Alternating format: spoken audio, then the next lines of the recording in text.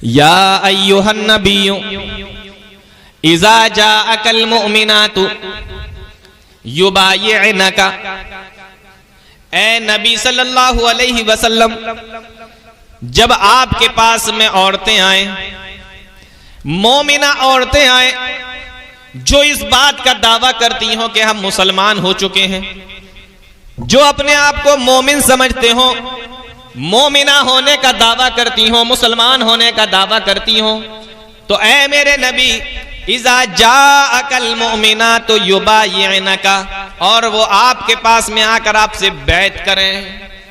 बैत करना जानते हैं आप? किसी के पास में जाना और उसके हाथ के ऊपर हाथ रख के ये कहना कि आप जैसा चाहेंगे हम वैसा करेंगे, आपके हुक्म की खिलाफ वर्जी हम बिल्कुल नहीं करेंगे, इसको बैत कहा जाता है। अल्लाह के नबी सल्लल्लाहु अलैहि वसल्लम के जमाने में सहाबा इकराम आया करते थे, मुसलमान हुआ करते थे और नबी के हाथ पर हाथ रखकर बैत किया करते थे कि आप जो कुछ भी कहेंगे हम उसको मानेंगे, आप जैसा कहेंगे हम उसको मानेंगे, हम अपने आप को आपके हवाले कर देते हैं। इस तरीके से सहाबा इकराम बैत किया करते थे। लेकिन यहां पर एक बात बता दूं, अल्लाह के नबी सल्लल्लाहु अलैहि वसल्लम सिर्फ मर्दों से हाथ पर हाथ रखकर बैत लिया करते थे। किसी औरत से हमारे नबी जनाब मोहम्मद रसूलुल्लाह सल्लल्लाहु अलैहि वसल्लम ने कभी हाथ पर हाथ रखकर बैत नहीं की, कभी हाथ पकड़कर किसी औरत की बैत नहीं ली अल्लाह के नबी सल्लल्लाहु अलैहि वसल्लम ने। और हदीस के अंदर आता है, एक औरत आई नबी करीम सल्लल्लाहु अलैहि वसल्लम के पास और आकर कहने लगी कि मैं मुसलमान होना चाहती हूँ, मैं आपसे बैत करना चाहती हूँ, और उसने अपना हाथ आगे बढ़ाया तो अल्लाह के नबी सल्लल्लाहु अलैहि वसल्लम ने फरमाया, ए आयशा, इससे कह दो अपना हाथ पीछे रखे, इन्नी ला उसाफिहुन निसा, मैं औरतों से मुसाफिह नहीं करता, मैं औरतों से हाथ नहीं मिलाता, मैं औरतों को हाथ में हाथ लेकर बैत नहीं करता। नबी सल्लल्लाहु अलैहि वसल्लम उनसे बोलकर बैत लिया करते थे। मर्दों का हाथ में हाथ और औरतों का हाथ कभी जनाब मोहम्मद रसूलुल्लाह सल्लल्लाहु अलैहि वसल्लम ने नहीं पकड़ा, मुसाफा कभी नहीं किया। फरमाया, मैं औरतों से मुसाफा नहीं करता। अब वो आती नबी सल्लल्लाहु अलैहि वसल्लम के पास बैत करती तो नबी सल्लल्लाहु अलैहि वसल्लम उनसे बैत लेते। युबायिअनका, वो आपके पास में आकर बैत करें। किस चीज की बैत करें? अल्ला युशरिकना बिल्लाहि शैआ, ऐ नबी सल्लल्लाहु अलैहि वसल्लम, वो आपसे आकर ये बैत करें कि हम अल्लाह के साथ में किसी को शरीक नहीं करेंगे, अल्लाह के साथ में किसी को शरीक नहीं ठहराएंगे, अल्लाह के साथ में किसी को शरीक नहीं करेंगे, किसी को साजी नहीं ठहराएंगे, अल्लाह के अलावा किसी और की इबादत नहीं करेंगे, अल्लाह के साथ किसी और के लिए कभी सजदा नहीं करेंगे, नजरो नियाज नहीं करेंगे, दुआएं नहीं मांगेंगे, हाथों को नहीं फैलाएंगे। इस बात का वो आपसे बैत करें। अला अल्लाह युशरिकना बिल्लाहि शैआ, कि हम अल्लाह के साथ में किसी को शरीक नहीं ठहराएंगे। अल्लाह की कसम, जनाब मोहम्मद रसूलुल्लाह सल्लल्लाहु अलैहि वसल्लम के पास में आकर औरतें बैत लिया करती थी और ये कहा करती थी कि हम अल्लाह के अलावा किसी दूसरे को शरीक नहीं ठहराएंगे, अल्लाह के साथ किसी को शरीक नहीं ठहराएंगे। अपनी जान देना गवारा तो कर लेती थी, लेकिन अल्लाह के साथ में किसी को शरीक नहीं ठहराती थी। आप उठाकर देखो, हजरत सुमैया रज़ी अल्लाह ताला अन्हा की जिंदगी को जान देना गवारा कर लिया, लेकिन ईमान देना गवारा न किया। और जनाब मोहम्मद रसूलुल्लाह सल्लल्लाहु अलैहि वसल्लम से जो वादा किया था कि हम अल्लाह के अलावा अल्लाह के साथ किसी दूसरे को शरीक नहीं ठहराएंगे, अपनी जान देना गवारा कर लिया, लेकिन अपने हाथ से ईमान को जाना गवारा न किया, ईमान देना अपना गवारा न किया। सुमैया रज़ी अल्लाह ताला अन्हा ने और कायनात ने देखा कि सुमैया रज़ी अल्लाह ताला अन्हा ने अपने जिस्म के दो हिस्से तो करवा लिए, अपने जिस्म के दो टुकड़े तो करवा लिए, लेकिन अपने हाथ से अल्लाह की तौहीद को नहीं छोड़ा, अल्लाह की तौहीद को जाने न दिया, ईमान को जाने न दिया। अल्लाह युशरिकना बिल्लाहि शैआ, हम अल्लाह के साथ में किसी को शरीक नहीं ठहराएंगे, इस बात की वो आपसे बैत करें। सुमैया रज़ी अल्लाह ताला अन्हा की जिंदगी उठाकर देखिए।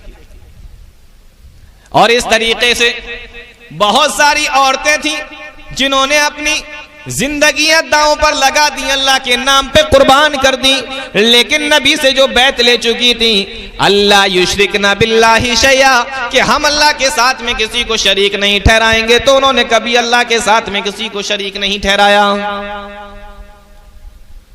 फिर आपसे वो दूसरी चीज की बैत लें, अला अल्लाह युशरिकना बिल्लाहि शैया वला यसरिकना, और वो आपसे इस बात की भी बैत करें कि हम चोरी नहीं करेंगे।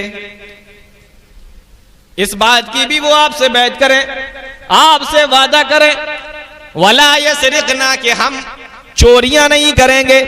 उस दौर के अंदर औरतें बड़ी चोरियां किया करती थी, उस दौर के अंदर औरतें भी चोर हुआ करती थी। और फातिमा मखजूमिया का वाकया तो बड़ा मशहूर है, जो उसने अपने जमाने के अंदर चोरी की थी। और अल्लाह के नबी सल्लल्लाहु अलैहि वसल्लम के पास में हजरत उसामा सिफारिश लेकर आए थे, ऐ नबी इनको छोड़ दीजिए, ये अपने कबीले की शरीफ औरत है। तो अल्लाह के नबी सल्लल्लाहु अलैहि वसल्लम ने इरशाद फरमाया था, ऐ उसामा ये तो मखजूमिया कबीले की औरत है जिसने चोरी की है। अगर मेरी बेटी फातिमा ने भी चोरी की होती तो मैं उसके भी हाथ काट देता। लौ अन्ना फातिमा बिन्त मुहम्मदिन सरक़त लक़तअतु यदहा, अगर मेरी सगी और हकीकी बेटी ने भी चोरी की होती तो मैं उसके हाथ काट देता। नबी के जमाने में औरतें भी चोरी किया करती थी, उस दौरे जाहिलियत के अंदर औरतें भी चोरी किया करती थी। अल्लाह के नबी सल्लल्लाहु अलैहि वसल्लम ने फरमाया कि वो इस बात का भी बैत ले, इस बात का भी अहद ले, वला यसरिकना, कि वो चोरी नहीं करेंगी। हमारे तुम्हारे जमाने में नहीं करती है। अगर नहीं करती तो वस्सारिक़ु वस्सारिक़तु फ़क़्तऊ अयदियहुमा किसके लिए नाज़िल हुआ? चोरी करने वाला मर्द, चोरी करने वाली औरत, दोनों के हाथ काट दो। हमारे तुम्हारे जमाने में आप देखिए, जो काम इंसान अपनी ताकत से नहीं कर पाता वो औरत अपने हुस्न के जरिए से, अपनी खूबसूरती के जरिए से कर देती। और आजकल के हालात और माहौल में ट्रेनों के अंदर, बसों के अंदर आप देखिए, ये जितने चोरी करने वाले गैंग और चोरी करने वाले लोग हैं, इनमें औरतें भी शामिल होती हैं, लड़कियां भी शामिल होती हैं, और खास तौर से खूबसूरत लड़कियां शामिल होती हैं, जो अपनी बातों में फंसाकर लोगों को, मुसाफिरों को जहरीली चीजों को खिला खिला कर उनका सामान लूट कर ले जाती है। चोरी नहीं करती, आज के दौर के अंदर भी चोरियां कर रही हैं। अल्लाह के नबी सल्लल्लाहु अलैहि वसल्लम के पास में औरतें आती, नबी सल्लल्लाहु अलैहि वसल्लम उनसे इस चीज की बैत लेते, वला यसरिकना, और चोरी नहीं करेंगी, वला यज़नीना, और जिना नहीं करेंगी, बदफेली नहीं करेंगी। इस बात का भी अहद लो, इस बात की भी बैत लो, वला यज़नीना, के वो जिना नहीं करेंगी, क्योंकि जिना इतना बड़ा और इतना खतरनाक जुर्म है। अल्लाह रब्बुल आलमीन ने कुरान करीम के अंदर इरशाद फरमाया, वला तक़रबु ज़िना, ओ लोगो जिना के करीब भी मत जाओ, इन्नहु काना फ़ाहिशा, क्योंकि ये बेहयाई का काम है, वसाअ सबीला, और ये बहुत ही बुरा रास्ता है। वला तक़रबु ज़िना, जिना के करीब भी मत जाओ। देखो यहाँ गौर करने वाली बात है, अल्लाह ने जब ये कहा कि चोरी ना करो, वहां पर कहा कि चोरी मत करो। यहाँ पर ये नहीं फरमाया कि जिना ना करो, बल्कि फरमाया जिना के करीब भी मत जाओ। यहाँ ये नहीं कहा जा रहा है कि जिना मत करो, बल्कि ये कहा जा रहा है कि जिना के करीब भी मत जाओ। मालूम ये हुआ कि ऐसा कोई भी रास्ता जो इंसान को जिना के करीब ले जाता हो, उस रास्ते को भी इख्तियार ना करो, उस रास्ते को भी मत पकड़ो। तो इस बात का भी अहद लो, वला यज़नीना, और वो जिना नहीं करेंगी, वला यक़्तुलना औलादहुन्ना, और वो इस बात का भी बैत करें, इस बात की भी अहद व पैमान करें, वला यक़्तुलना औलादहुन्ना, कि वो अपने औलाद को कत्ल नहीं करेंगी, अपने औलाद को नहीं मारेंगी। जाहिलियत के जमाने में, दौरे जाहिलियत में लोग अपने बच्चों को जिंदा दफन कर दिया करते थे, और औरतों को, लड़कियों को, बेटियों को, बच्चियों को खास तौर से जमीन में दफन कर दिया करते थे, जिंदा गाड़ दिया करते थे, जिंदा दफन कर दिया करते थे। और इस वजह से उनको जिंदा दफन कर दिया करते थे। जब ये बड़ी हो जाएगी तो ये किसी की बहू बनेगी, कोई मेरा दामाद बनेगा, तो इस बात को वो अपने लिए आर समझा करते थे, इस बात में वो अपने लिए शर्म महसूस किया करते थे। तो वो बचपने ही में अपनी बेटियों को जिंदा दफन कर दिया करते थे। बेटियों को तो आर की वजह से दफन करते, लेकिन बेटों को वो जो दफन करते थे तो इस वजह से कि ये बड़ा होगा तो हमें इसको खिलाना पड़ेगा, पिलाना पड़ेगा, इसकी हर चीज का ख्याल रखना पड़ेगा। ये सारी चीजें कहां से लाएंगे? अल्लाह रब्बुल आलमीन ने कुरान में फरमाया, ला तक़्तुलू औलादकुम खशियता इमलाक, वो लोगों अपनी औलाद को गरीबी की वजह से, भुखमरी की वजह से कत्ल ना करो। नहनु नरज़ुकुकुम व इय्याहुम, हम तुमको भी रिस्क देते हैं और इनको भी रिस्क देंगे। आज देखिए अल्लाह ने कुरान के अंदर जो आयत नाजिल फरमाई थी और औरतों से जो ये कह दिया था, वला यक़्तुलना औलादहुन्ना, कि अपनी औलाद को कत्ल ना करो, अपनी औलाद को ना मारो। आज उस मॉडर्न दौर, उस दौर जाहिलियत के दौर के अंदर वो अपने बच्चियों को जिंदा दफन कर दिया करते थे। आज का मॉडर्न दौर आ गया तो लोग माँ के पेट ही के अंदर बच्चियों को मार दिया करते हैं। उनका इस्ताते हमल होता है, एबॉर्शन होता है, माँ के पेट के अंदर पता लगाया जाता है कि बच्चा है या बच्ची, और ये जब मालूम हो जाता है कि बच्ची है तो पेट के अंदर भी उसको मार दिया करते हैं। वला यक़्तुलना औलादहुन्ना, ए नबी इनसे इस चीज का अहद लो, इस चीज की भी बैत लो कि वो अपने औलाद को कत्ल ना करेंगी। वला यातीना बिबुहतानिन वला तातीना बिबुहतानि यफ्तरीनहु बैना अयदीहिन्ना व अर्जुलिहिन्ना, और इनसे इस बात की भी बैत लो कि ये किसी के ऊपर इल्जाम नहीं लगाएंगी, किसी के ऊपर तोहमत नहीं लगाएंगी, किसी के ऊपर इल्जाम नहीं लगाएंगी। इस बात की भी इनसे बैत लीजिए, किसी के ऊपर तोहमत नहीं लगाई जाएगी, किसी के ऊपर इल्जाम नहीं लगाएंगे। आप जानते हैं इस्लाम के अंदर तोहमत की क्या सजा है? किसी के ऊपर बहतान बांधना, किसी के ऊपर तोहमत लगाना, इस चीज की सजा इस्लाम के अंदर क्या है? कुरान की आयत के अंदर अल्लाह रब्बुल आलमीन ने फरमाया कि 80 कोड़े सजा। कितना? 80 कोड़े सजा। कोई भी मर्द हो या कोई भी औरत, अगर वो किसी के ऊपर इल्जाम लगा रहा है या इल्जाम लगा रही है और 4 गवाह पेश नहीं कर पा रहा है, इस्लाम ने कहा है, कुरान ने कहा है कि ऐसी औरत को या ऐसे मर्द को 80 कोड़े मारो, क्योंकि उसने एक शरीफ आदमी पर या शरीफ औरत पर या एक बेगुनाह पर जिना का इल्जाम लगाया है, तोहमत लगाई है, इल्जाम लगाया है। 80 कोड़े की सजा इस्लाम ने उसके ऊपर बताई। कोड़े मारो और कोड़े मार मार कर इसकी खाल को उधेड़ दो, क्योंकि ये इसने एक भोले भाले इंसान को, एक शरीफ इंसान को या एक शरीफ औरत को बदनाम करने की कोशिश की है। इस्लाम के अंदर तोहमत लगाने की सजा 80 कोड़े। जुर्म साबित नहीं होता है, इस्लाम का हुक्म है 80 कोड़े लगा दो। फरमाया वला यातीना बिबुहतानि यफ्तरीनहु बैना अयदीहिन्ना व अर्जुलिहिन्ना, ऐ औरतों तुम किसी के ऊपर झूठा इल्जाम ना लगाना, और ऐ मर्दों तुम भी किसी के ऊपर झूठा इल्जाम ना लगाना, क्योंकि अल्लाह रब्बुल आलमीन ने फरमाया कि अगर कोई भी इल्जाम झूठा साबित हो जाता है तो उसकी सजा 80 कोड़े है। अल्लाह के नबी सल्लल्लाहु अलैहि वसल्लम के पास में औरतें आती तो नबी उनसे इस बात का भी दो पैमान लेते, वला यातीना बिबुहतानि यफ्तरीनहु बैना अयदीहिन्ना वारजुलिहिन्ना, कि ये किसी के ऊपर इल्जाम नहीं लगाएंगी और किसी के ऊपर तोहमतें नहीं लगाएंगी। और इस बात की भी इनसे बैत लो, वला यासीनका फी मारूफिन फबायिहुन्ना, और इनसे इस बात का भी दो पैमान लो कि नबी उनको जब भी किसी काम का हुक्म देंगे, जब भी उनको किसी बात की तरफ बुलाएंगे, जब भी उनको किसी चीज का हुक्म देंगे, वला यासीनका फी मारूफिन, तो वो कभी भी नबी की नाफरमानी नहीं करेंगी। जब इन चीजों के ऊपर ये औरतें बैत ले ले, इन चीजों के ऊपर दो पैमान ले ले, नबी से वादा कर ले, अल्लाह के नबी सल्लल्लाहु अलैहि वसल्लम को हुक्म हो रहा है वस्तगफिर लहुन्नल्लाह, ऐ मेरे नबी ऐसी औरतों के लिए आप मगफिरत की भी दुआ कीजिए। इन्नल्लाह गफूरुर रहीम, बेशक अल्लाह रब्बुल आलमीन बख्शने वाला, रहम करने वाला है। कामयाब औरत की पहचान क्या क्या काम करना है?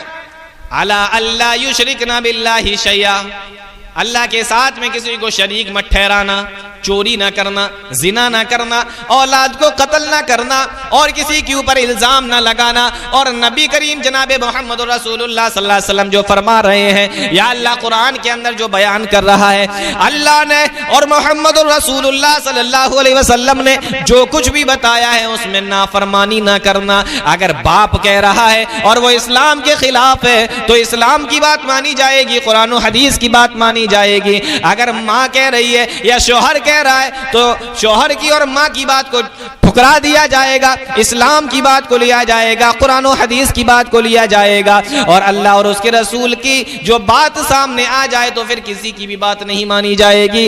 ये मतलब है वला यासीनका फी मारूफ।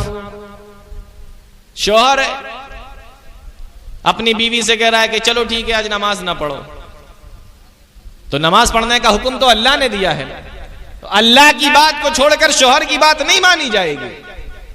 रोजे रखने का मामला आया, शौहर कह रहा है आज रोजे मत रखो। हाँ, फर्ज नमाज, फर्ज रोजे शौहर मना करे, माँ बाप मना करें तब उनकी नहीं सुनना है, लेकिन नफली रोजे का जहां तक मामला है, अल्लाह के नबी सल्लल्लाहु अलैहि वसल्लम फरमाते हैं कि औरत अपने शौहर से पूछ कर रखे या शौहर की इजाजत हो तो रख ले, लेकिन अगर शौहर मना करे तो नफली नमाज, नफली रोजे शौहर के कहने पे छोड़ सकती है, फर्ज नहीं।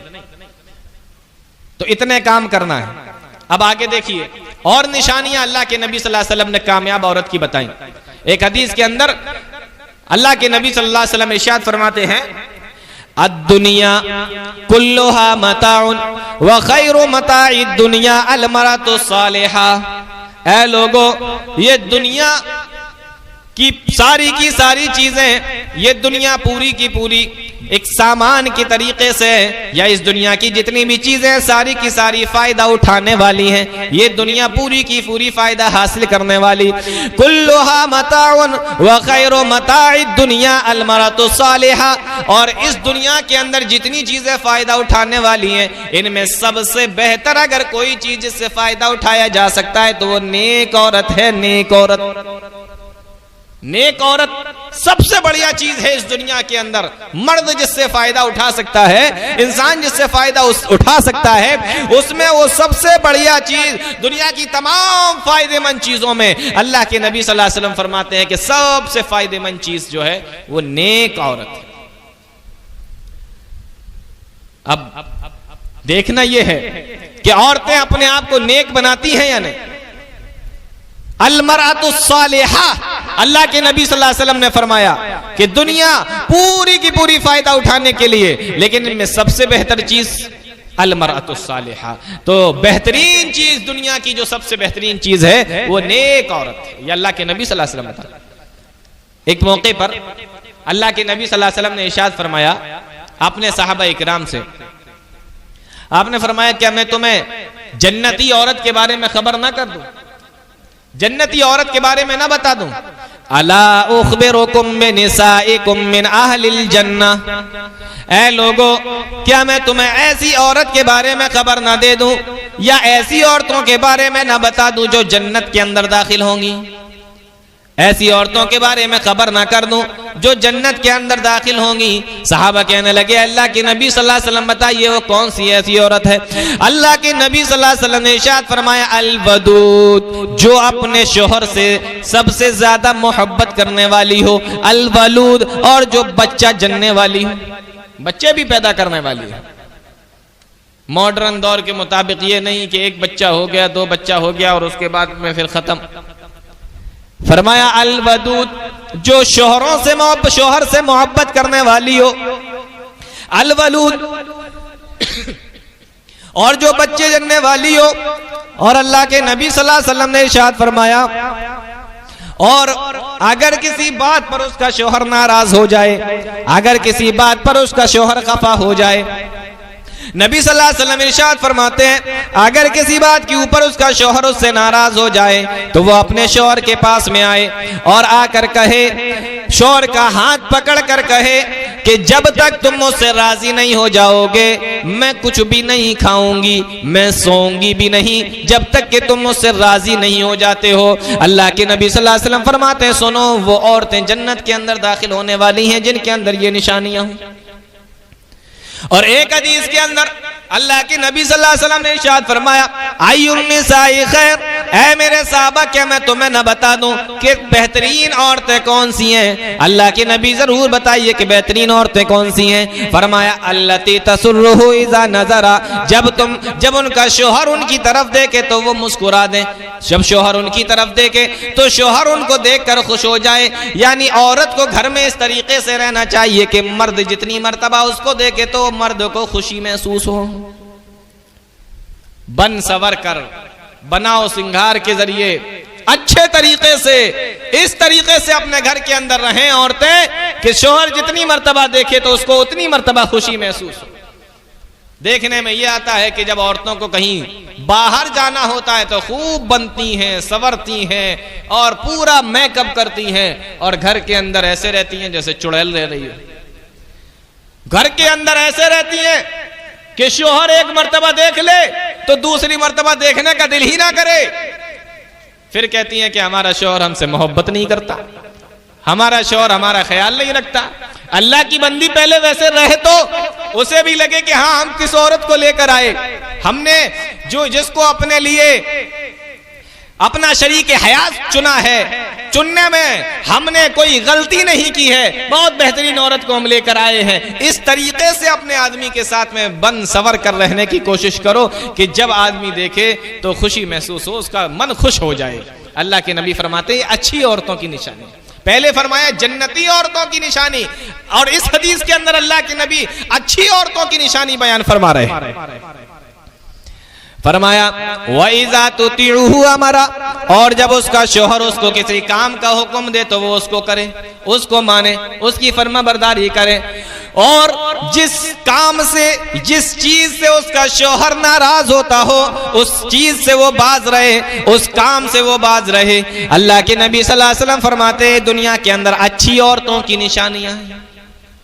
एक और हदीस के अंदर अल्लाह के नबी सल्लल्लाहु अलैहि वसल्लम ने इरशाद फरमाया, ऐ लोगों, अगर 4 काम औरतें करने लगे, 4 काम अगर औरतें करने लगे तो अल्लाह रब्बुल आलमीन उनको जन्नत के अंदर दाखिल फरमाएगा।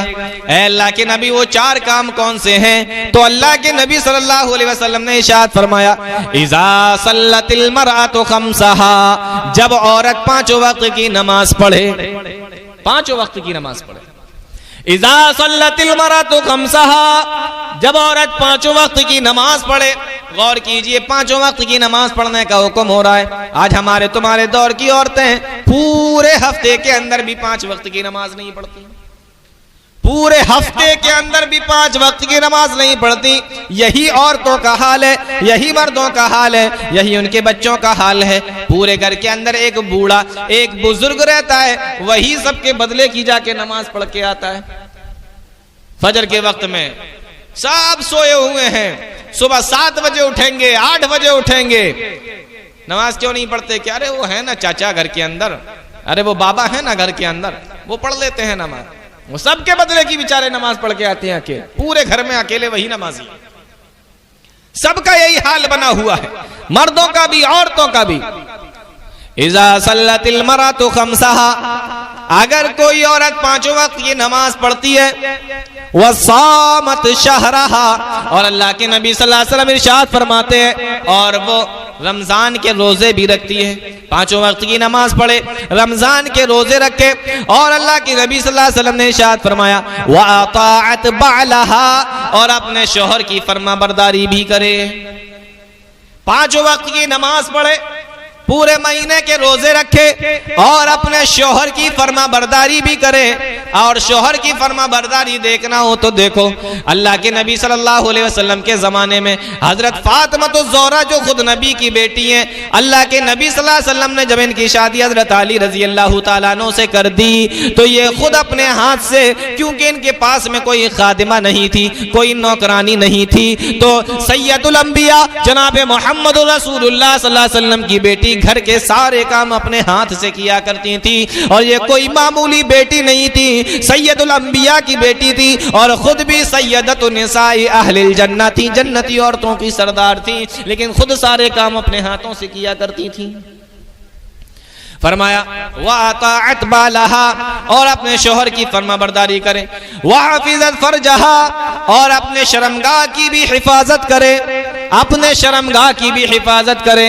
ये चार चीजें जिस औरत के अंदर पाई जाएं, इज़ा सल्लतिल मरअतु खम्सहा, पांचों वक्त की नमाज पढ़े, व सामत शहरहा, और पूरे महीने के रोजे रखे, व अताअत बालहा, और अपने शौहर की फरमा बरदारी करे, व हाफिज़त फरजहा, और अपने शर्मगाह की भी हिफाजत करे। उठाकर देखो हजरत मरियम अलैहिस्सलातु वस्सलाम को जब अल्लाह रब्बुल आलमीन ने हजरत जिब्राइल अमीन को उनके पास में बेटे की शक्ल, उनके पास में फरिश्ते इंसान की शक्ल में भेजा और बेटे की खुशखबरी लेकर भेजा। हजरत जिब्राइल अलैहिस्सलातु वस्सलाम आते हैं, हजरत जिब्राइल को अपने पास में आते हुए देखती हैं। हजरत मरियम क्या कहती हैं? क़ालत इन्नी अऊज़ु बिर्रहमानि मिनका इन कुन्त तक़िया।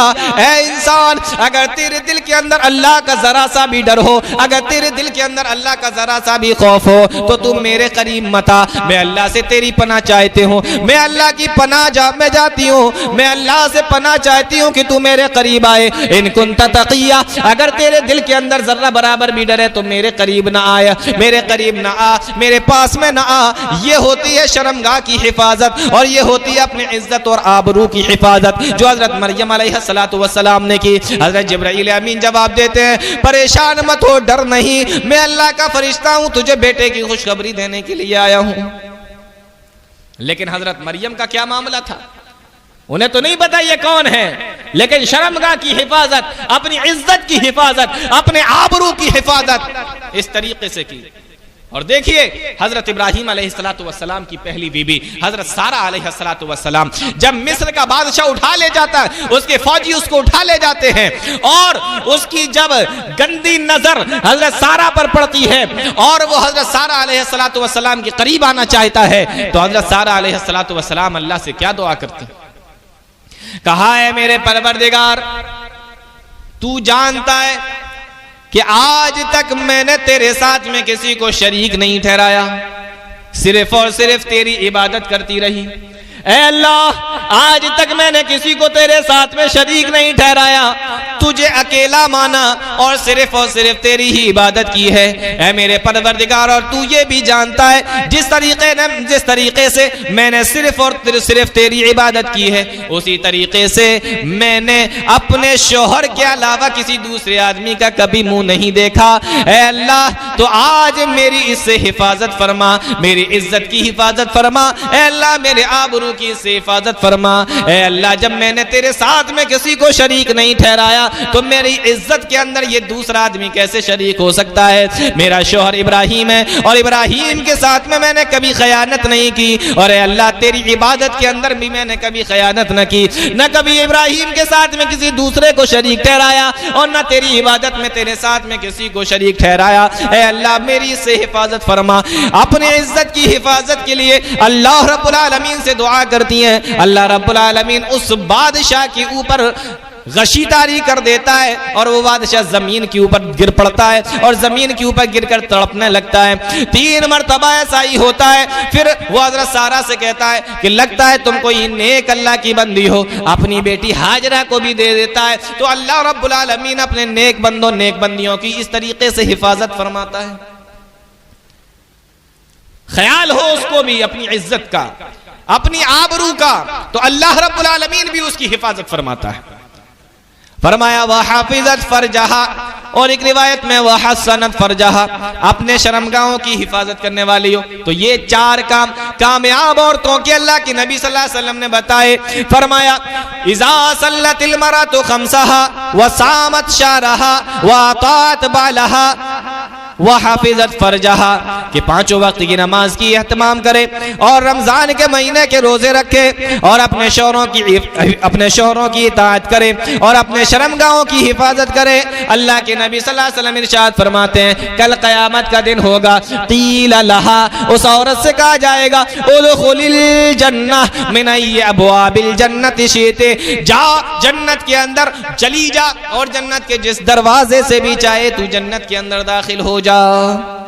ये कामयाब औरतों की पहचान अल्लाह के नबी सल्लल्लाहु अलैहि वसल्लम बता रहे हैं। आपके पास में आई, आपसे बैत कर रही हैं शिरक नहीं करेंगी, चोरी नहीं करेंगी, जिना नहीं करेंगी, औलाद को कत्ल नहीं करेंगी, किसी पे तोहमत नहीं लगाएंगी, नबी की नाफरमानी नहीं करेंगी। और इधर अल्लाह के नबी कामयाब औरतों के बारे में बता रहे हैं, मैं तुम्हें जन्नत में जाने वाली औरतों के बारे में न बताऊं? तो नबी ने फरमाया कि वो अपने शोहरों से मोहब्बत करने वाली, ज्यादा बच्चे जन्ने वाली, और अगर शोहर किसी बात पे नाराज हो जाए तो जब तक ना कुछ खाए, न पिए, न सोए, जब तक कि शोहर उससे उसका राजी ना हो जाए। और इधर एक हदीस के अंदर अल्लाह के नबी सल्लल्लाहु अलैहि वसल्लम बता रहे हैं, बेहतरीन औरतें वो हैं कि जब शोहर देखे तो शोहर उसका खुश हो जाए, किसी काम को करने के लिए कहे तो वो उस काम को फौरन करे, और जिस चीज को शोहर पसंद नहीं करता औरत भी उस चीज को पसंद ना करे। कामयाब औरतों की पहचान। अल्लाह के नबी सल्लल्लाहु अलैहि वसल्लम के जमाने में औरतों को इस चीज का बड़ा ख्याल रहता था, औरतें इस चीज का बड़ा ख्याल रखती थीं। उन्होंने देखा कि नबी करीम सल्लल्लाहु अलैहि वसल्लम के साथ मर्द जिहाद करने के लिए जाते हैं, आपके पीछे नमाजें पढ़ते हैं, आपके खुतबों को सुनते हैं, आपकी तबलीग को सुनते हैं, आपकी बातों को सुनते हैं। ये सारे काम मर्द मुझसे ज्यादा कर ले जाते हैं, तो नेकियों में भी ये बहुत आगे बढ़ जाएंगे। अब उन्हें फिक्र हुई कहीं ऐसा ना हो कि हम नेकियों में इन मर्दों से पीछे रह जाएं और सवाब में इन मर्दों से पीछे रह जाएं, तो जन्नत में भी जो हमें दर्जे मिलेंगे उनमें हम इनसे पीछे रह जाएं। फिक्र हुई, एक मीटिंग बिठा ली, और एक सहाबिया अल्लाह के नबी जनाब मोहम्मद रसूलुल्लाह सल्लल्लाहु अलैहि वसल्लम के पास में आती है और आकर कहती हैं, ऐ नबी सल्लल्लाहु अलैहि वसल्लम, ये मर्द तो हमसे आगे निकल गए, ये मर्द तो हमसे ज्यादा आगे निकल गए, और ये नेकियों में हमसे आगे बढ़ गए। अल्लाह के नबी सल्लल्लाहु अलैहि वसल्लम ने फरमाया कि देखो, वो नेकियों में जो तुमसे आगे बढ़े हैं, जिहाद में जाते हैं, तुम जिहाद में नहीं जा पाती हो, वो रोजाना हमारी कुछ ना कुछ बातों को सुनते रहते हैं, तुम अपने घरों में रहती हो, नहीं पता चलता है, या इसी तरीके से तुम हर वक्त हमारे पास में हाजिर नहीं हो पाती हो, ये हमारे पास में आते रहते हैं, तो इस तरीके से तुम नेकियों में इनसे जो पीछे रह रही हो, हम तुम्हें एक काम बता देते हैं, वो काम करो तो जो सवाब इनको जिहाद में जाने से मिलता है वो तुम्हें काम घर के अंदर मिलेगा, वो सवाब तुम्हें घर के अंदर मिलेगा। सहाबिया पूछती हैं, अल्लाह के नबी कौन सा काम है? तो मेरे नबी सल्लल्लाहु अलैहि वसल्लम ने फरमाया कि तुम अपने शोहरों की इताअत करो, अपने बच्चों की अच्छे तरीके से देखभाल करो, अल्लाह रब्बुल आलमीन तुम्हें वही सवाब अता फरमाएगा जिनको जिहाद में जाने का।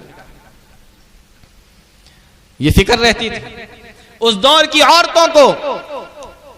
एक औरत अल्लाह के नबी सल्लल्लाहु अलैहि वसल्लम के पास में आई और नबी करीम सल्लल्लाहु अलैहि वसल्लम के पास में पहुंची, आकर कहने लगी, ऐ अल्लाह के नबी, हम ये चाहते हैं कि आप जिस तरीके से मर्दों को बताते हैं, मर्दों को तबलीग करते हैं, मर्दों के सामने आप तकरीर करते हैं, मर्दों को आप बातें बताते हैं, तो मर्द तो आपके पास में हर वक्त रहते हैं, आपका जब मन होता है तो आप इनको बता देते हैं, जब इनको कुछ पूछना होता है तो ये सुन लेते हैं, और अल्लाह के नबी जब अल्लाह आपको कोई नई बात बताता है तो आप इन तक पहुंचा देते हैं। हमारे लिए भी कोई एक ऐसा दिन मुकर्रर कर लीजिए कि हमें भी आप वो बातें बता दिया करें, हमें भी वो बातें, हमारे सामने भी वो बातें रखा करें। अल्लाह के नबी सल्लल्लाहु अलैहि वसल्लम ने फरमाया ठीक है, तो और उनके लिए एक दिन मुकर्रर कर दिया, और वो जो दिन मुकर्रर किया उस दिन के अंदर औरतें इकट्ठा हो गई। अल्लाह के नबी सल्लल्लाहु अलैहि वसल्लम उनके पास में पहुंचे और बहुत सारी बातें अल्लाह के नबी सल्लल्लाहु अलैहि वसल्लम ने औरतों को बताई। उसी में से ये मशहूर हदीस भी है, अल्लाह के नबी सल्लल्लाहु अलैहि वसल्लम ने फरमाया, ए औरतों, अगर तुम्हारे यहाँ छोटे छोटे बच्चे हो और उनमें से 3 बच्चे अगर किसी के बचपने ही में खत्म हो जाएं और वो औरत उसके ऊपर सब्र करे तो अल्लाह रब्बुल आलमीन उस सब्र के बदले में कानू लहा हिजाबम मिनन नार, उन बच्चों को जहन्नम से आड़ बना देगा, जहन्नम से वो बच्चे आड़ बन जाएंगे। एक औरत कहने लगी, ए अल्लाह के नबी, अगर किसी के पास में 2 बच्चे हो और उसके बचपने में 2 बच्चे खत्म हो गए हो, ऐ मेरे नबी, तो उसके साथ में क्या मामला होगा? मेरे नबी ने फरमाया, कानू लहा हिजाबम मिनन नार, वो 2 बच्चे भी जहन्नम से आड़ बन जाएंगे। और एक हदीस के अंदर अल्लाह के नबी जनाब मोहम्मद रसूलुल्लाह सल्लल्लाहु अलैहि वसल्लम ने इरशाद फरमाया, अगर किसी का एक बच्चा भी खत्म हो गया और बचपने में वो बच्चा मर गया और उसकी माँ ने उस पर सब्र कर लिया या उसके बाप ने उस पर सब्र किया और अल्लाह रब्बुल आलमीन से अच्छी उम्मीद रखी, अल्लाह के नबी सल्लल्लाहु अलैहि वसल्लम इरशाद फरमाते हैं, तो वो बच्चा भी उसके लिए जहन्नम से आड़ बन जाएगा। ये फिक्र रहा करती थी औरतों को, मर्द ने कामों में हमसे आगे ना निकल जाएं, मर्द ने कामों में हमसे आगे ना बढ़ जाएं।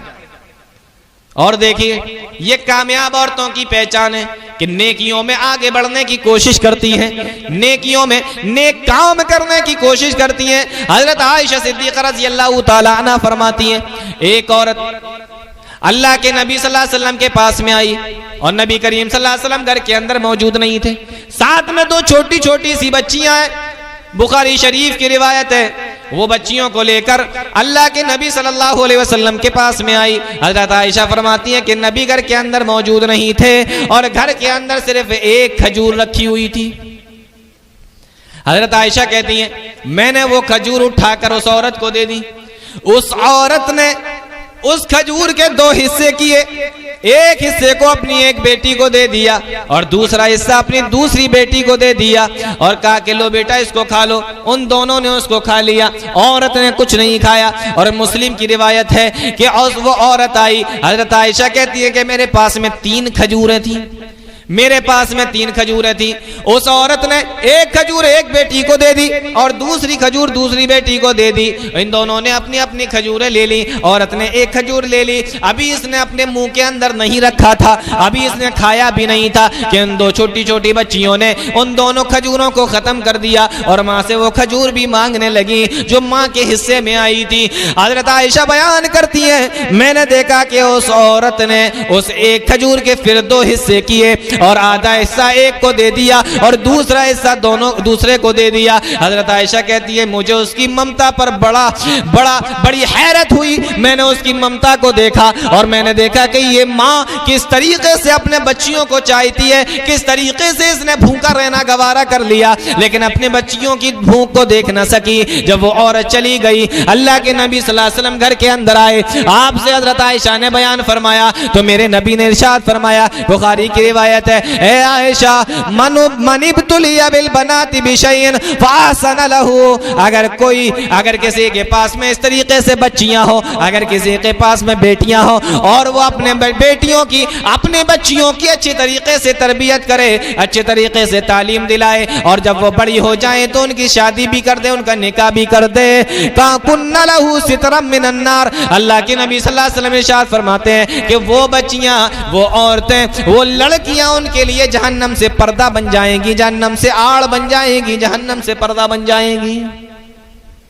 गौर कीजिए, लड़कियों की सही तरीके से देखभाल, लड़कियों की सही तरीके से तालीम और तरबियत, अल्लाह के नबी सल्लल्लाहु अलैहि वसल्लम बता रहे हैं कि वो जहन्नम से आड़ और पर्दा बन जाए।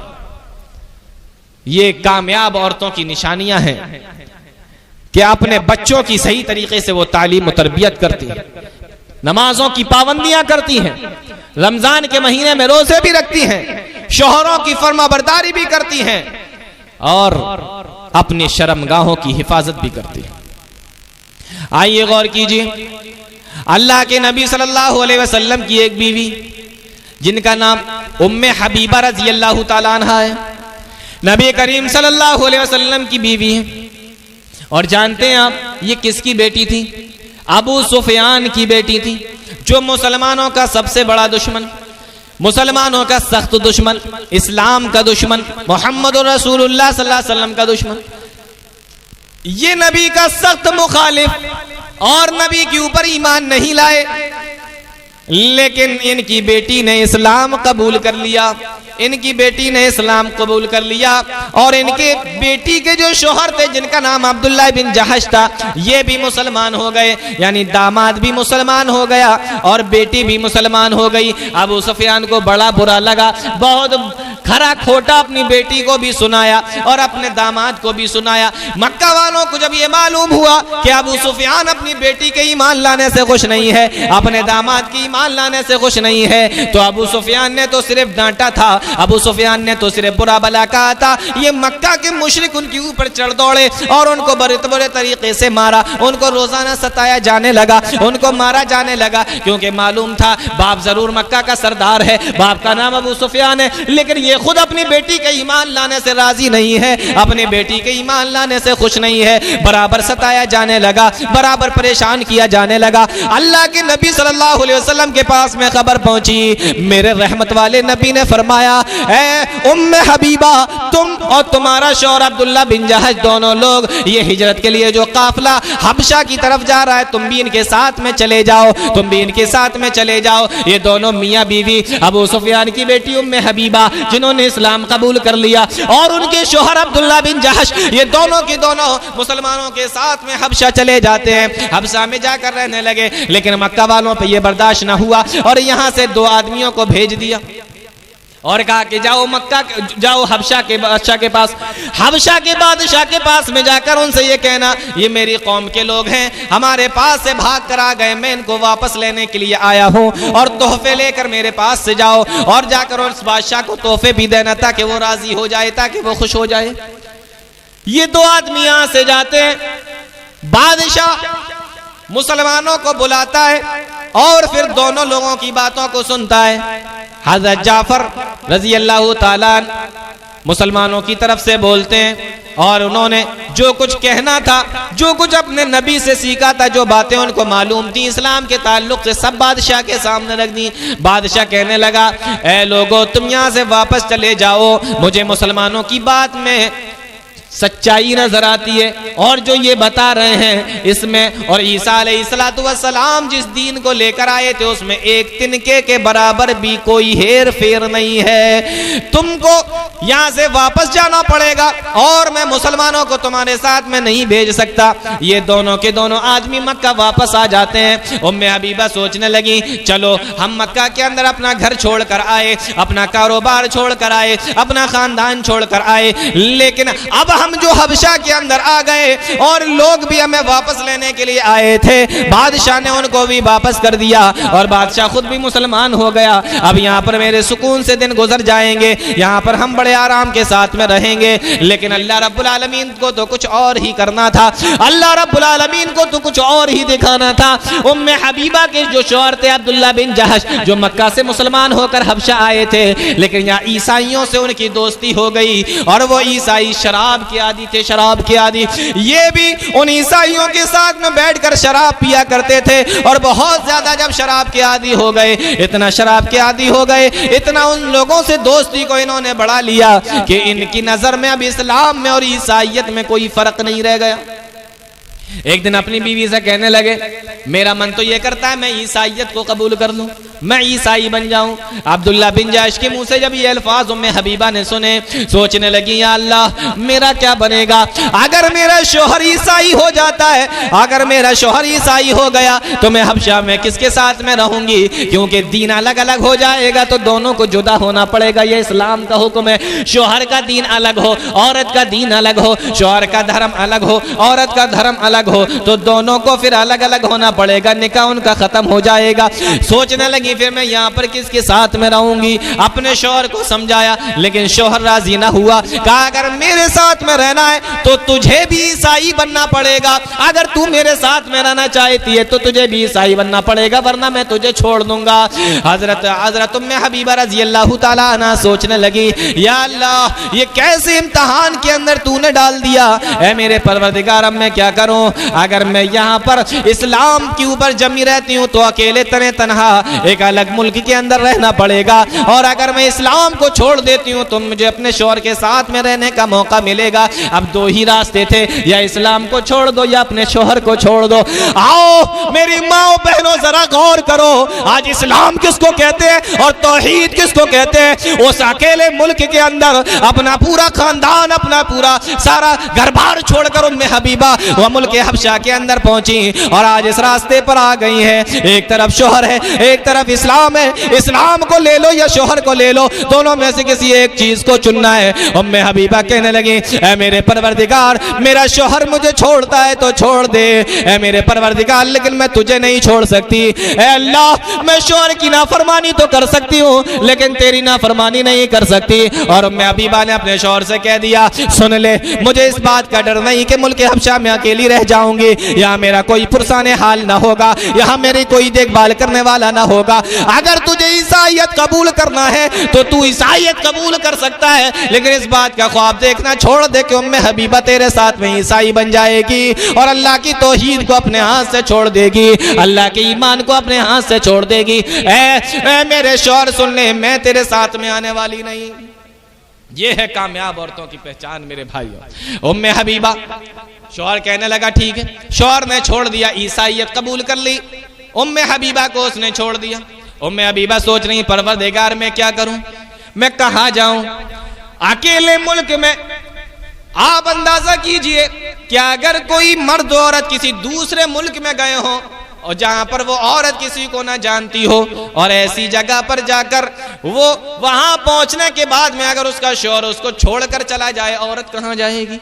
गौर करने की बात है। उम्मे हबीबा सोचने लगी है मेरे परवरदिगार मैं कहां जाऊं, मैं यहां पर रहती हूं तो मेरा कोई पुरसाने हाल नहीं, और अगर मैं अपने मुल्क चली जाती हूं, अपने शहर मक्का वापस चली जाती हूं तो वहां भी मेरे ऊपर जुल्म सितम होगा जिस तरीके से पहले जुल्म सितम हुआ करता था।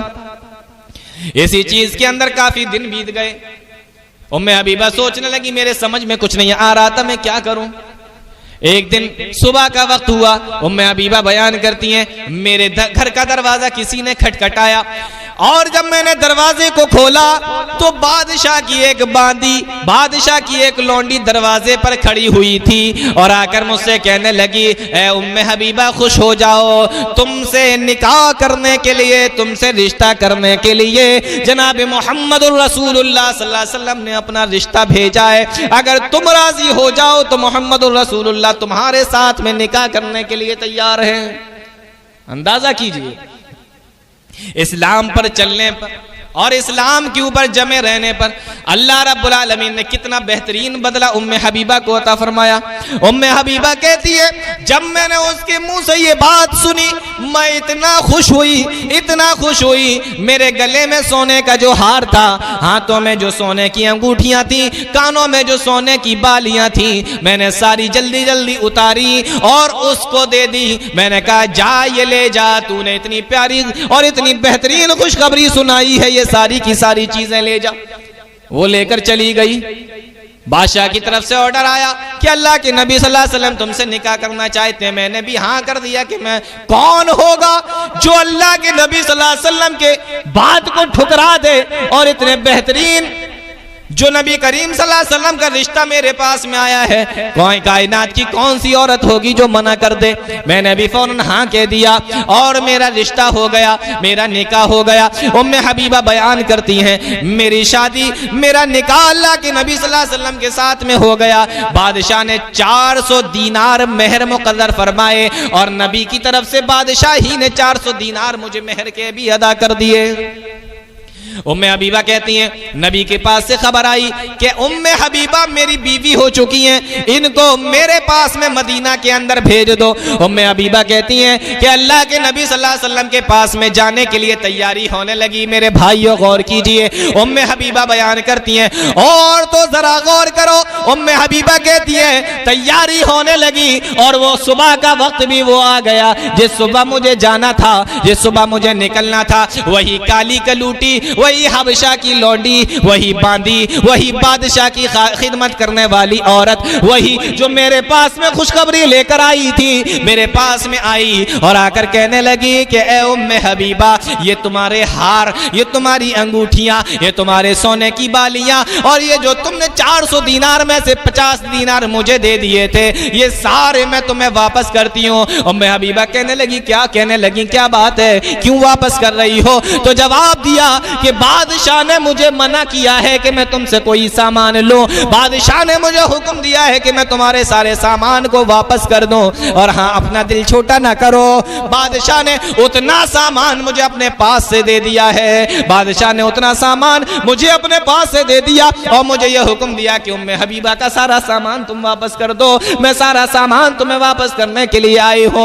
उम्मे हबीबा अब मेरा एक काम कर देना। उम्मे हबीबा कहने लगी बताओ कौन सा काम है? वो औरत, वो काली कलूटी औरत कहती है कि मैंने जब ये देखा कि तुम जिस दीन को लेकर आई हो, जिस इस्लाम को लेकर आई हो, हमारा मजहब पहले ईसाईयत था, हम भी ईसाईयत के ऊपर चलने वाले थे, ईसाईयत को हमने कबूल किया हुआ था, लेकिन जब मैंने तुम्हें देखा, तुम्हारी बातचीत को देखा, तुम्हारे कामकाज को देखा, तुम्हारे बात करने के अंदाज को देखा, जब मैंने मुसलमानों को देखा, मैं ये सोचने लगी कि जिस धर्म के मानने वाले इतने प्यारे प्यारे हों, जिस मजहब के मानने वाले इतने अच्छे हों, वो मजहब कितना प्यारा होगा। उस मजहब का लाने वाला नबी जनाब मोहम्मद रसूलुल्लाह कितने प्यारे होंगे।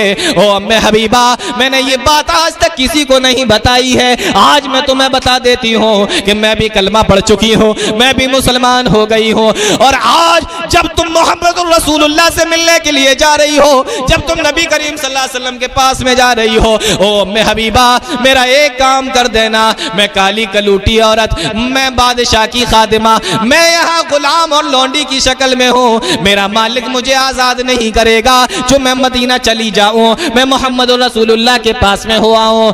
ए उम्मे हबीबा मेरा एक काम कर देना, जब नबी से तुम्हारी मुलाकात हो, जब नबी से तुम्हारी मुलाकात हो, जब तुम नबी के पास में पहुंच जाओ तो नबी को जाकर ये भी बता देना कि हबशा के अंदर एक काली कलूटी औरत है जो आपके ऊपर ईमान ला चुकी है, जो कलमा पढ़ चुकी है, जो मुसलमान हो चुकी है, और उसने आपको सलाम कहा है। उम्मे हबीबा ने गले से लगा लिया और प्यार से सर के ऊपर हाथ फेरे और उस औरत को चुप कराने लगी और फरमाया कि ए औरत खामोश हो जा, चुप हो जा, मैं तेरा सलाम जाकर अल्लाह के नबी सल्लल्लाहु अलैहि वसल्लम से जाकर कह दूंगी। और जब हज़रत उम्मे हबीबा नबी सल्लल्लाहु अलैहि वसल्लम के पास मदीने में आ गई तो नबी करीम सल्लल्लाहु अलैहि वसल्लम को पूरा का पूरा वाकया और हबशा का सारा मामला और उस औरत के बारे में बताया और फिर फरमाया कि उस औरत ने आपको सलाम कहा है। तो मेरे नबी ने कहा वालैहिस्सलाम व रहमतुल्लाहि व बरकातुहू, उसके ऊपर भी अल्लाह की सलामती हो, उसके ऊपर भी अल्लाह की रहमत हो, उसके ऊपर भी अल्लाह अपनी बरकत नाजिल फरमाए। ये कामयाब औरतें थीं नबी करीम सल्लल्लाहु अलैहि वसल्लम के ज़माने। गौर कीजिए, उम्मे हबीबा रज़ी अल्लाह तआला अन्हा अबू सुफियान सरदार की बेटी है। अल्लाह के नबी सल्लल्लाहु अलैहि वसल्लम सना 8 हिजरी का जमाना है, मक्का फतह होने का वक्त है। अबू सुफियान छुपते छुपाते मदीना के अंदर आया। इतनी हिम्मत न हुई कि नबी करीम सल्लल्लाहु अलैहि वसल्लम से जाकर डायरेक्ट बात कर ले। अल्लाह के नबी सल्लल्लाहु अलैहि वसल्लम के पास में जाने की हिम्मत नहीं है। सोचा चलो पहले अपनी बेटी के पास में चलते हैं, दामाद का सामना करने की मेरे अंदर हिम्मत नहीं है, चलो अपनी बेटी के पास में चलते हैं, थोड़ी बेटी से सहारा मिल जाएगा। बेटी के सामने गया, बेटी के पास में पहुंचा। अचानक जैसे ही अबू सुफियान घर के अंदर दाखिल हुए, अभी इस्लाम नहीं लाए, मुसलमान नहीं हुए हैं, अबू सुफियान जैसे ही घर के अंदर दाखिल हुए, उम्मे हबीबा ने जब ये देखा कि मेरा वालिद आया है, मेरा बाप आया है, मेरा अब्बा आया है, उम्मे हबीबा ने फौरन ही नबी का बिस्तर बिछा हुआ था, उस बिस्तर को लपेट दिया। उम्मे हबीबा ने बिस्तर को लपेटा तो बाप पूछने लगा, ए मेरी बेटी बिस्तर क्यों लपेट दिया, क्या ये बिस्तर मेरे लायक नहीं था? तो उम्मे हबीबा जवाब देती हैं कि बिस्तर तो सैयदुल अंबिया का है, इमामुल अंबिया का है, इस वजह से लपेट दिया है क्योंकि तू इसके लायक नहीं है कि तू इसके ऊपर पैर रखे या इसके ऊपर बैठ जाए। बिस्तर को लपेट दिया। अपने वालिद को, जबकि वो मुशरिक थे, काफिर थे, उस बिस्तर पर बिठाना भी गवारा ना किया जिस बिस्तर के ऊपर अल्लाह के नबी सल्लल्लाहु अलैहि वसल्लम बैठा करते थे, लेटा करते थे। मेरे भाइयों, ये कामयाब औरतें हैं। एक कामयाब औरतों की पहचान अल्लाह के नबी सल्लल्लाहु अलैहि वसल्लम ने बताई। आइए एक और कामयाब औरत का तज़किरा करते हैं। अमीरुल मोमिनीन, खलीफतुल मुस्लिमीन हजरत उमर फारूक रजी अल्लाह तआला अन्हु का जमाना है। और आपको ये बात मालूम है कि अल्लाह के नबी सल्लल्लाहु अलैहि वसल्लम के ये खलीफा हजरत उमर फारूक रजी अल्लाह तआला अन्हु रात के वक्त में गश्त किया करते थे, चक्कर लगाया करते थे। कहीं कोई मरीज, कहीं कोई परेशान, कोई मुसाफिर अगर मिल जाए तो उसकी मदद कर सकूं। गुलाम बयान करते हैं अल्लाह के नबी सल्लल्लाहु अलैहि वसल्लम के ये खलीफा हजरत उमर फारूक रजी अल्लाह तआला बादशाह हैं, मुसलमानों के बादशाह हैं। हजरत उमर फारूक रजी अल्लाह तआला गश्त करते हुए जा रहे थे, काफी दूर तक गश्त किया। जब वापस लौटने लगे मदीना में, जब वापस लौटे तो थक गए। एक घर की दीवार से टेक लगाकर हजरत उमर फारूक रजी अल्लाह तआला बैठ गए कि लाओ थोड़ा सा सस्ता लेते हैं, थोड़ा आराम कर लेते हैं, उसके बाद में मस्जिद में जाएंगे। उमर फारूक रज़ी अल्लाह ताला जो टेक लगा कर बैठे, उस घर के अंदर से आवाज आई। एक माँ अपनी बेटी से कह रही थी कि बेटी सुबह का वक्त होने वाला है और आज बकरियों ने दूध कम दिया है, ए मेरी बेटी जल्दी से उठो और दूध के अंदर पानी मिला दो। ये माँ अपनी बेटी से कह रही थी। उमर फारूक उस पे दीवार से टेक लगाकर आराम करने के लिए बैठे हुए थे। ये आवाज कानों में पड़ी, फौरन ही सीधे होकर बैठ गए। और उसके बाद में वो बेटी जवाब देती है, माँ नहीं, मैं ये काम नहीं कर सकती, दूध के अंदर मैं पानी नहीं मिला सकती।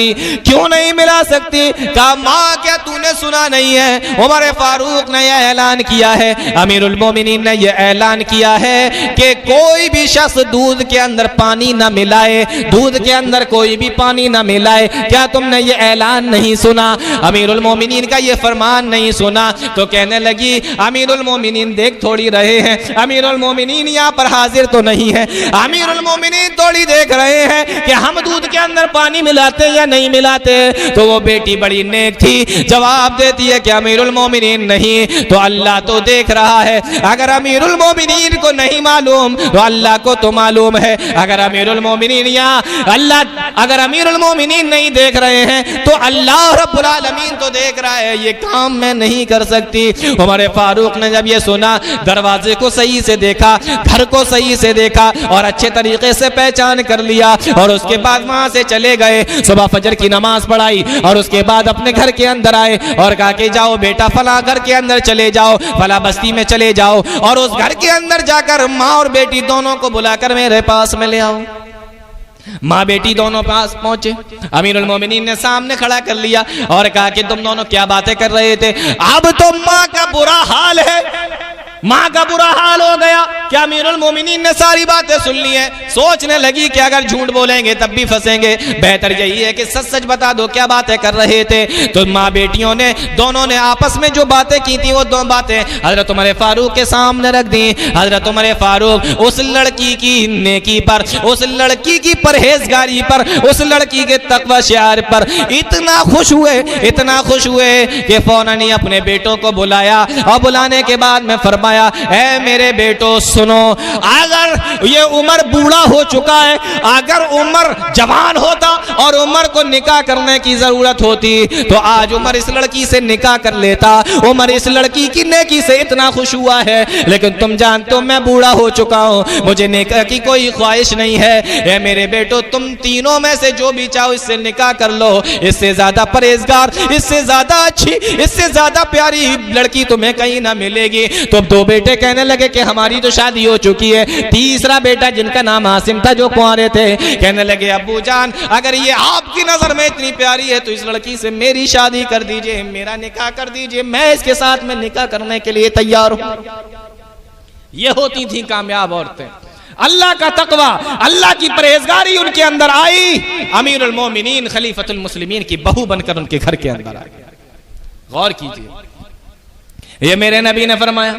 इससे पता चलता है कि कामयाबी औरतों को कैसे मिलेगी, अल्लाह रब्बुल आलमीन की बात को मानने पर और जनाब मोहम्मद रसूलुल्लाह सल्लल्लाहु अलैहि वसल्लम की बात को मानने पर। ऐ औरतों, तुम भी इसी तरीके से नेक बनो, परहेजगार बनो। हज़रत खदीजा रज़ी अल्लाह ताला अन्हा, कौन नहीं जानता, किसने उनका नाम नहीं सुना है? अल्लाह के नबी सल्लल्लाहु अलैहि वसल्लम गारे हिरा से वापस आए, परेशान है और आकर कहते हैं, ऐ मेरी बीवी, लक़द खशीतु अला नफ्सी, लक़द खशीतु अला नफ्सी, मुझे अपनी जान के जाने की फिक्र हो रही है, ऐसा ना हो कि मेरा इंतकाल हो जाए, मैं खत्म हो जाऊं। अल्लाह के नबी सल्लल्लाहु अलैहि वसल्लम से हज़रत खदीजा कहती हैं, कल्ला, हरगिज़ नहीं, आपको तो खुश होना चाहिए। वल्लाहि ला युख़ज़ीक अल्लाहु अबदा, अल्लाह आपको कभी रुसवा नहीं करेगा, अल्लाह आपको कभी जलील नहीं करेगा, कभी आपको रुसवा नहीं करेगा। ये आप ढारस बंधा रही हैं, हिम्मत बंधा रही हैं अल्लाह के नबी जनाब मोहम्मद रसूलुल्लाह सल्लल्लाहु अलैहि वसल्लम की। ये होती थी नेक बीवियां, ये होती थी नेक औरतें, ये होती थी पाकबाज औरतें, जिनको अल्लाह के नबी सल्लल्लाहु अलैहि वसल्लम ने कामयाब औरत कहा है। और कामयाब औरतों की जो पहचान बताई है वो इन औरतों के अंदर पाई जाती थी। आप गौर कीजिए, यही वो खदीजतुल कुबरा रज़ी अल्लाह ताला अन्हा है। एक मर्तबा बुखारी की रिवायत है, कुछ बर्तन में लेकर आ रही थी अल्लाह के नबी सल्लल्लाहु अलैहि वसल्लम के पास। बर्तन के अंदर कुछ रखा हुआ था और वो बर्तन लेकर अल्लाह के नबी सल्लल्लाहु अलैहि वसल्लम के पास में आ रही थी। हजरत जिब्राईल अमीन आए और आकर बताया, ऐ अल्लाह के नबी, आपकी बीवी हजरत खदीजतुल कुबरा रज़ी अल्लाह ताला अन्हा जो आ रही हैं, आप इनको मेरा भी सलाम कहिए और आप इनको अल्लाह का भी सलाम कहिए। इनको बताएं कि अल्लाह ने इनको सलाम कहा है और मेरा भी इनको सलाम कह देना। ओ लोगों, जरा गौर तो करो, वो क्या पाकबाज औरतें हुआ करती थी, वो क्या नेकी और तकवा और परहेजगारी की खूगर और उसकी मूर्ति हुआ करती थी, और किस तरीके से उनके अंदर तकवा और परहेजगारी थी कि हजरत खदीजतुल कुबरा रज़ी अल्लाह ताला अन्हा आ रही हैं और अल्लाह रब्बुल आलमीन अपना आसमान से अर्श से उनको सलाम भेज रहा है। ये कामयाब औरतें हैं, ये उनकी जिंदगियां हैं। आप गौर कीजिए, खौला बिनते सालबा, अल्लाह रब्बुल आलमीन ने जिनकी आसमान के ऊपर सुनी और जब उनके शोहर ने उनसे कह दिया कि तू मेरी माँ की तरह मेरे ऊपर हराम है, अल्लाह रब्बुल आलमीन के सामने सजदे में चली गई और इतना रोई। अल्लाह ने कुरान की आयतें नाजिल फरमाई, ऐ जिब्राईल जाओ और मेरे नबी को जाकर बता दो कि आज के बाद अगर कोई भी शोहर अपनी औरत से ये कह दे कि तू मेरी माँ की तरह हराम है, तो औरत को अलग न किया जाएगा, औरत को दूर न किया जाएगा, बल्कि उस मर्द को सजा दी जाएगी, या तो 2 महीने के रोजे रखो, या गुलाम को आजाद करो, या 60 मिस्कीनों को खाना खिलाओ।